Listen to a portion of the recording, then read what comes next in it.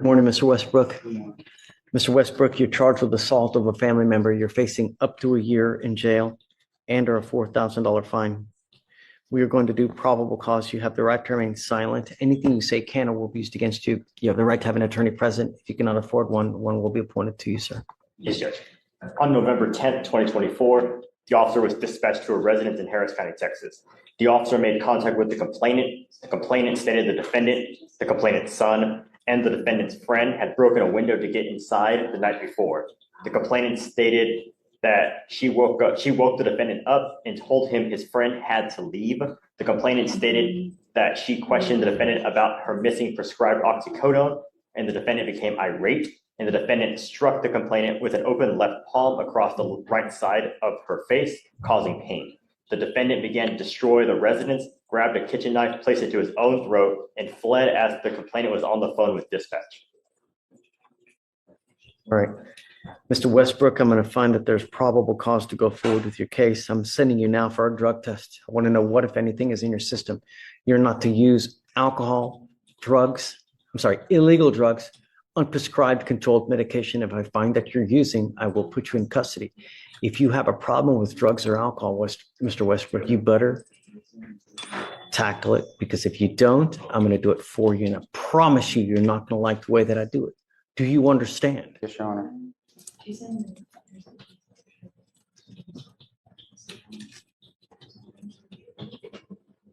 It's now, 12:10. All my lawyers are gone and I need to get the results back, but it's not going to be. So we need to roll this case to either, tomorrow, Friday, come back and we can finish what we're doing. Now it's just too late for us to get the results and finish everything up. I'll let you pick whatever day you want to come back, but we have to come back and finish. Sir, How old are you? I'm 19, sir. What do you do for a living?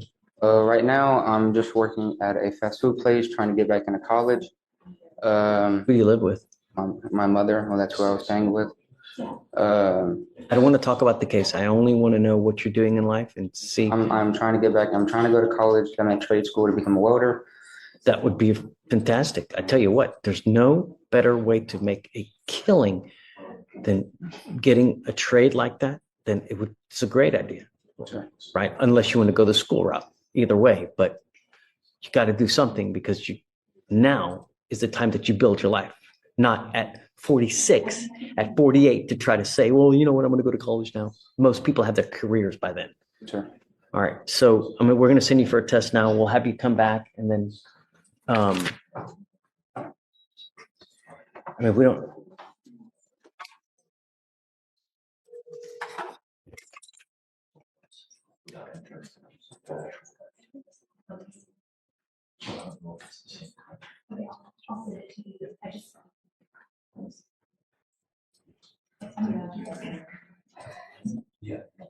Mm-hmm. Mm-hmm. Yeah. Yeah.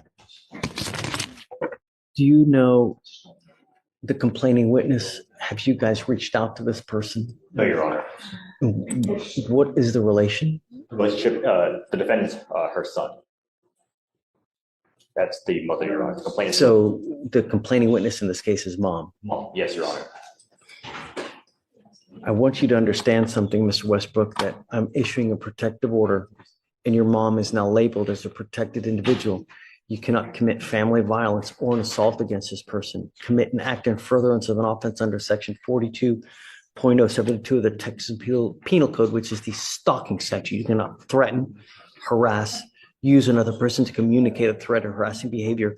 What you need to understand is what is threatening or harassing doesn't matter what you think. It's how she perceives. So if I go like this, is that threatening or harassing? It most certainly is. And it can land you back into jail if you threaten or harass your mother. Do you understand? Is she here now? I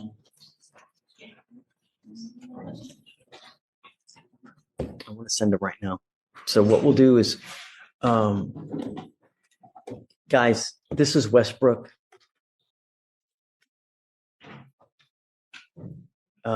We've got mom as a CW. Yeah, or I guess let me give you the cause number. You're right. I'm sorry.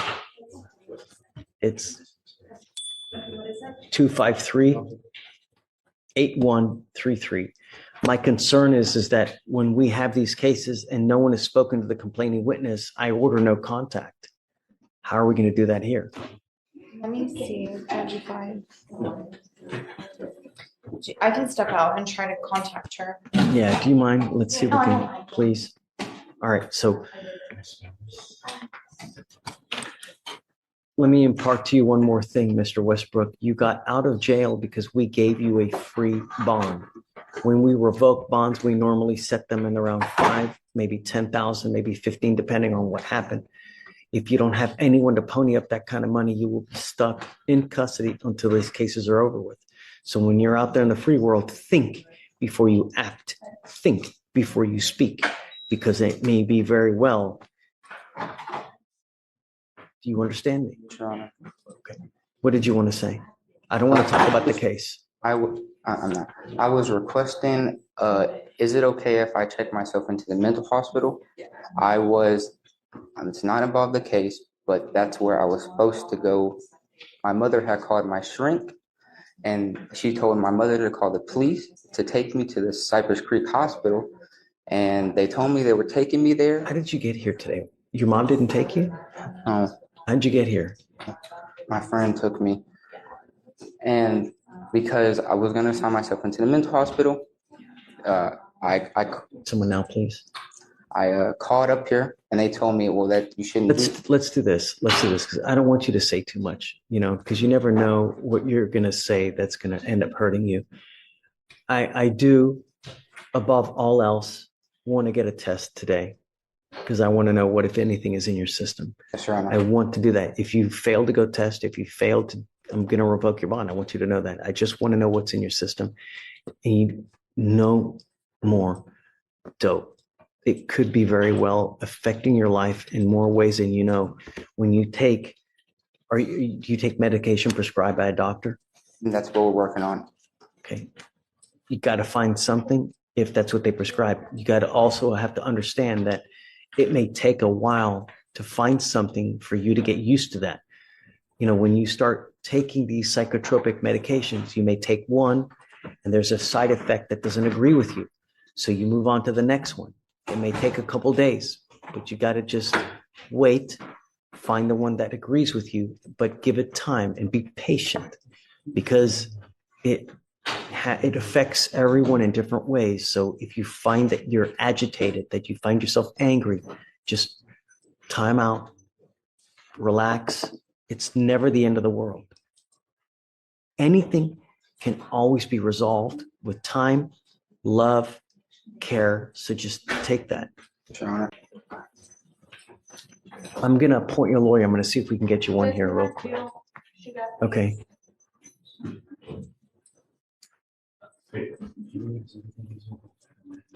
Jillian, this is Mr. Westbrook. We're going to have him just sign conditions. We'll send him for a test now. They're reaching out to mom. Mom's a complaining witness. He's thinking about checking into a hospital. If you feel that that's something that you like to do, great. That's a good thing. Just want to get help.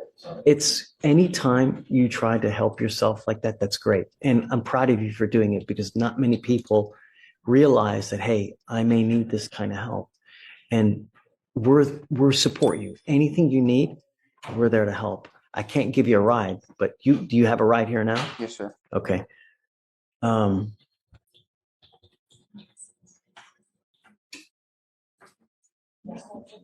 I guess bear with me a second. Just take a seat for me. I just want to wait to see if she was able to get in contact with your mom. Once we do, I'll bring you back up. We can talk. Okay. Thank you, Mr. Westbrook. And good job for coming, huh? Would you like him to return to address results? We're not going to return. We'll send him off another day or two. Yeah. Jillian, you ready? Okay, tell me. So I just spoke to the complaining. You got a hold of her? Yes, I got a hold Yay. of her. She's his mother. She was extremely distraught on the phone. She said that the defendant is mentally disabled. He has a lot of conditions, and he has these episodes I didn't get quite a great understanding of what episodes is, but she had called his therapist or his psychiatrist, and the shrink instructed the complaining witness to get him transported to Cypress Creek Hospital Okay. because he was making harm, like threats of harm to himself. And so this complainant called the police in order to try to get their help in transporting him to the hospital because she couldn't get a handle of it. So she says it was never an assault in progress call and not one that she intended to make. She said when the police asked if the defendant was hurting her, she said no. So she is very distraught as to why this was filed. Did an assault occur? She says that when he's having episodes, he flares his arms around and sometimes it could strike her, but it's not like intentional, is what she said. And she said she's not afraid of her son. She is upset that this happened when they were supposed to help him. She was just very distraught, Judge. And I don't It have really any. makes me mad how people ask for help and then, instead of taking someone or helping someone into a facility, they just arrest because it's easier to arrest. We've literally So set up a system now to where it's just as easy to not arrest them and they the still hell arrest is them. what I don't understand people. I can see if they didn't take them to Cypress Creek, they took them to wherever the designated location is, but there's a whole, it's just as simple now to take them where they need to go. No, I agree, Judge. I don't need know. to start holding people accountable. Yeah.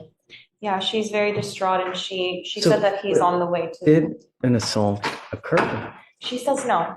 She said no assault occurred. Is there evidence that an assault occurred? Judge, this was just Right? Because filed. we know a lot of people recant, but do you have any evidence that one occurred? I don't have anything right now, Judge. It was only filed 3 days ago. It wasn't even set for arraignment until it was set. Yeah.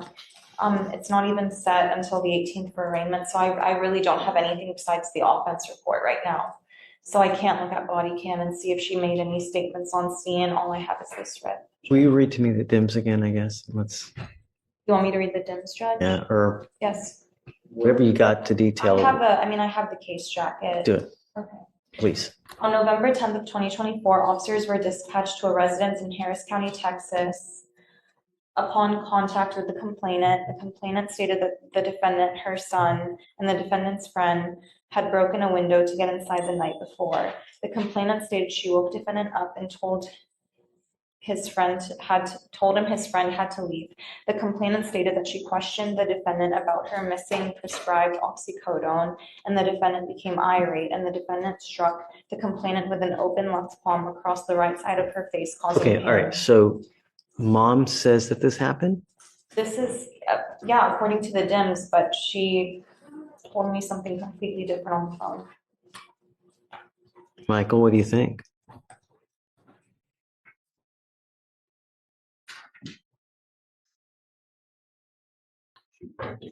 She's recanted, yes.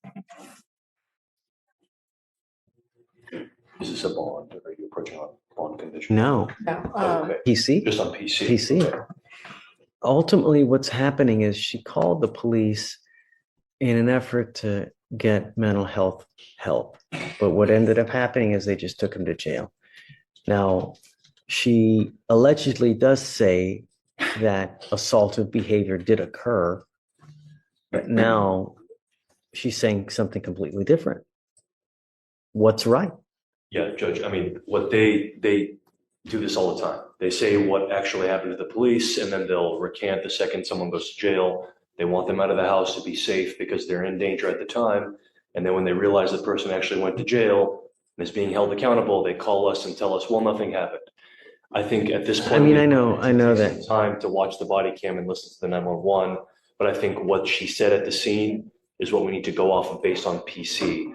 And what she's saying to us in the RIP call, we need to evaluate the case at that point. But what's in the offense report, what she told police at the scene, should judge how we evaluate PC for now. And I was going to say, I would disagree. It's not your run of the mill recanting, because the first phone call that was made was to his psychiatrist. And his psychiatrist says, call the police so they can transfer him to the mental health hospital. And so that's what she did based on the advice of his doctor. And so That's according to what she told me, Judge, that she called the shrink. Well, she called the person a shrink. So I don't know if it was a therapist or a psychiatrist, which is why I'm saying shrink. She told me that she called them first, but again, that's going off of her word. And if she's recanting now, I don't know how much. I think that for now, I'm going to find it. Okay. But I guess Judge, in lieu of any drug testing right now, I mean, he can go today, but as far as like resetting him for tomorrow or Friday, he is come up, supposed to Mr. Westbrook. he is supposed to be checking in today, as was the plan last week. Is that okay with the court? I'll get the proof that he's checked in. They've got a bed ready for him, and he's supposed to be going in today to the hospital. Will you, I'd like to test you real quick because I just want to know what's in your system. Will you go to the hospital afterwards? I think it may be a good idea. You know, your life is valuable. You have only one. When you take a catastrophic move where it's you harm, it's something, it's not like Target, you can return it. You can't, there's some things that you just can't come back from. If you have patience, then anything can be achieved. So don't make rash decisions. Take time, take care. We're here to help you as well. I want to help you. The goal for us is to have you leave better than you came. And if you give us time and be patient, we can help you with that. I have all kinds of resources, have all kinds of things at our disposal to help you. All you have to do are two things. Come back and stay in touch with Jillian. She's great. She will help you with whatever you need. She has a direct line to me that she can always call me. If you need anything, we have resources to help you out. But you got to stay in touch with us. And I think that that's a good call. If you make it down there, let me test you real quick. I'm not going to have you come back. Just go directly there to the Cypress place right after. As long as we know that you're there, I'm not going to revoke your bond. We will let you just take time that you need to go do what you need to do. But I got to know that you're there. Sure. If I don't know that you're there and I think you're out monkey business and not doing what you're supposed to be doing, I'll issue a warrant. I don't want to have to do that. So just please stay in contact with us. Do what you say you're going to do, and good things are going to happen. I promise. Sure. You can always get a hold of us. If you ever need anything, just come back here as well. We're always willing to help you with whatever you need. Do you have any questions? Okay. Let's set it off a week. I don't want to do a long one just to make sure that we stay kind of close with Mr. Westbrook. You know, she'll give you her number so that you can always get a hold of her. Okay. All right. But we'll also take care of costs. You won't have to pay for anything. So don't worry about the money. All you got to do is show up and stay in touch with Jillian. Sure. All right. So, quick question. When I do get out the hospital, just to let her know that I am getting out the hospital, correct? So what happens is usually when you check in, we'll get a rough kind of figure for how long you'll be there. I don't know. It could be a day, it could be 2 days. The idea is to get you as the best way you can. And it may take a day or two. It may take a week. I don't know, but stick with it. Sure. You know, take your time. Rome wasn't built in a day, as the saying goes. It takes time. And if you've got the patience, you got the love, you got the want, anything can happen, you know, here soon. And I also have resources to get you on track to help you with welding if you want it. I know people and I'll help you out with it. If you help me with yourself, I will help you with the job aspect afterwards. I promise. Sure. You know? Okay? Sure. All right, Mr. Westbrook. Best of luck to you, okay? We'll see you soon. Yeah. All right. Thanks, Jillian. Good morning, Mr. Garza. Do you have a lawyer today? Order in the court. I do not. What are you doing about that? I can't afford an attorney, Your Honor. Why not? I don't make enough, Your Honor. And I'm not able to save. How many enough lawyers to- did you speak to? I've spoken to at least a minimum of 10 lawyers. And Okay. just to get a lawyer down right now, like just for a down payment is at least $1,000 down. That's beyond anything I can afford at this What do you point. do for a living? I'm a security officer for the Houston Astros, Your Honor. Okay. And how much money do you make a month? I want to say estimated around, I estimated how much you know exactly how much. okay, so I take home around 1,800 a month. And Is it every 2 weeks or every month? every month. 1,800. Mhm. What expenses do you have? I have a child support loan. I do pay rent and utilities. Yeah. How many what? Kids? Kids, just one. And do you pay child support out of your check? Please take it out into the. I'm sorry, Your Honor. I didn't hear you. Pay for the child support? Does it come out of your check? Comes out of a check every week. I'm glad that you're paying child support. That's a great thing. I'm proud of you for doing it because not many do. I'll have you fill out an application. Let me take a look at it. And then if you do qualify, which I think you probably will, then I'll grant it for you. Okay. Mhm. The other thing is this, though, is that you got to understand that there's a lot of timing requirements with the DWI.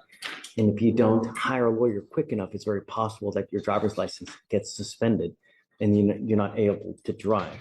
Do you have a Texas driver license? I do, still valid. Okay. And you, Pending hearing, Your Honor. sorry, say it again? Pending hearing with For the- Texas Department of Public Safety. Got it. Okay, so just be aware that that's an important hearing. You could lose your license, so. The lawyer we give you now is not gonna do that. That's something that you're gonna have to do on your own, or typically will hire a lawyer to represent you in that hearing. I think it was a $200 some So I don't wanna, dollar. but that's something that you can do on your own. We pay for the criminal case, not for because that's a civil case. Okay? All right, if you wanna get on over there, we'll give you an application, we'll have you sign a reset, and then we'll have you take your signature box. Please.